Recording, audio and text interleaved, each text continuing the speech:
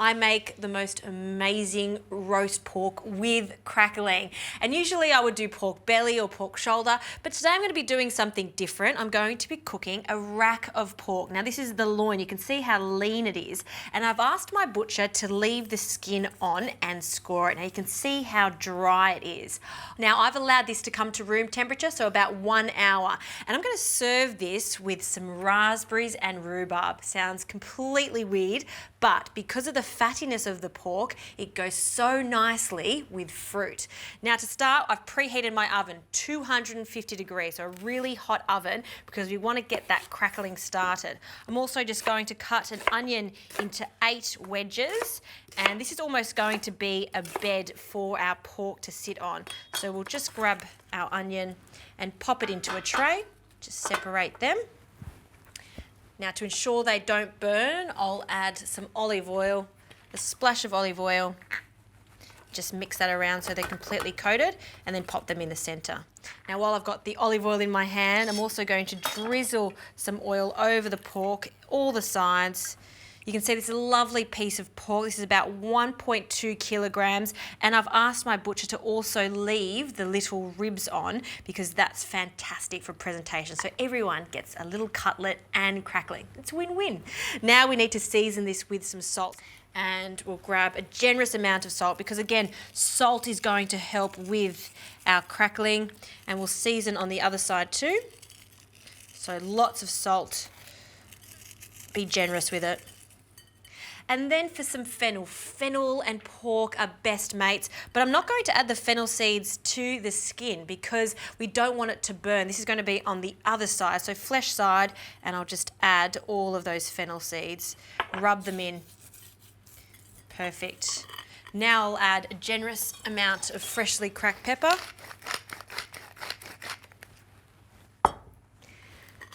And then we'll pop this onto the little bed of onions. Now this goes into the oven for about 20 to 30 minutes or until it's really crispy on the outside and it's golden in colour and blistered. After that, I'm going to turn the oven to 250 and we'll continue on with the process.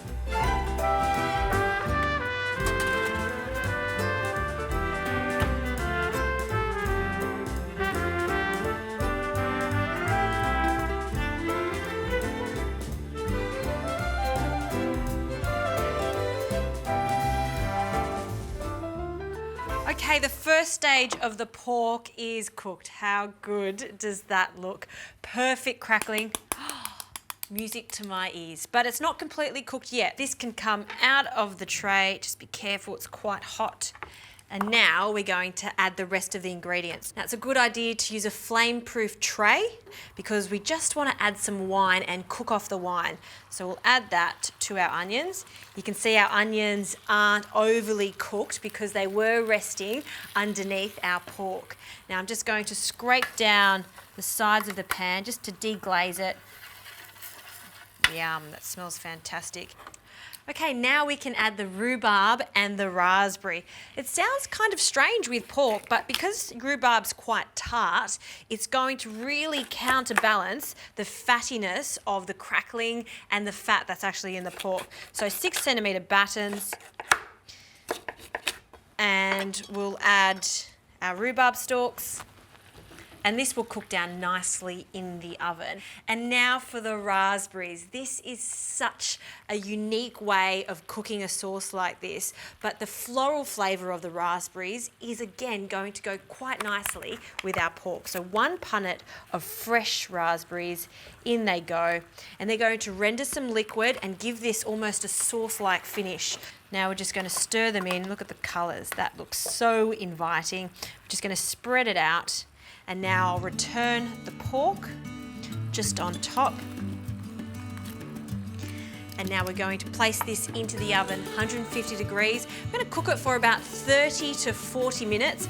If you do have a thermometer, it's a good idea to check it. The internal temperature of the pork should be around 64 to 65 degrees.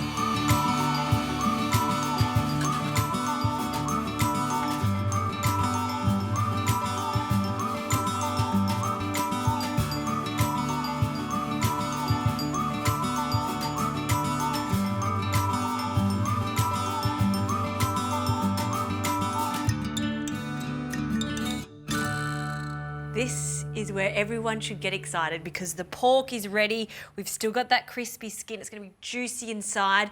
When it comes to any protein, of course, you do need to allow it to rest. So this has been sitting here for about 15 minutes. Don't worry, it will hold its residual heat. So I think there's this misconception that if you let it rest for too long, the meat's going to go cold. It won't because it's such a large piece of meat. And of course, there's the bones in it also.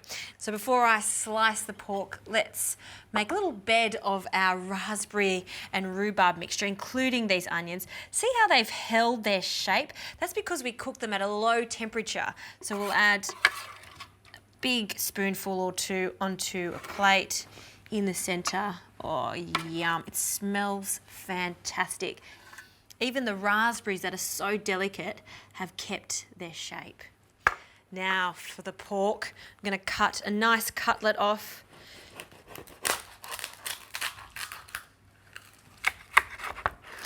That is the best sound, crispy crackling, and have a look at that, perfectly juicy in the center. We'll pop that pork cutlet on top. And there's still some juices in the pan from that white wine that we added. And I'll drizzle that over the top. Maybe one more. That, my friends, is the ultimate pork roast.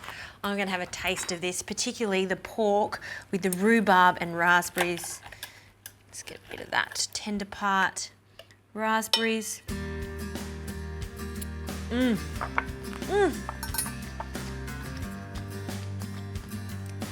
We know pork goes really well with pears, it goes really well with apples, but it also goes really well with raspberries and rhubarb. That is going to be in vogue very soon.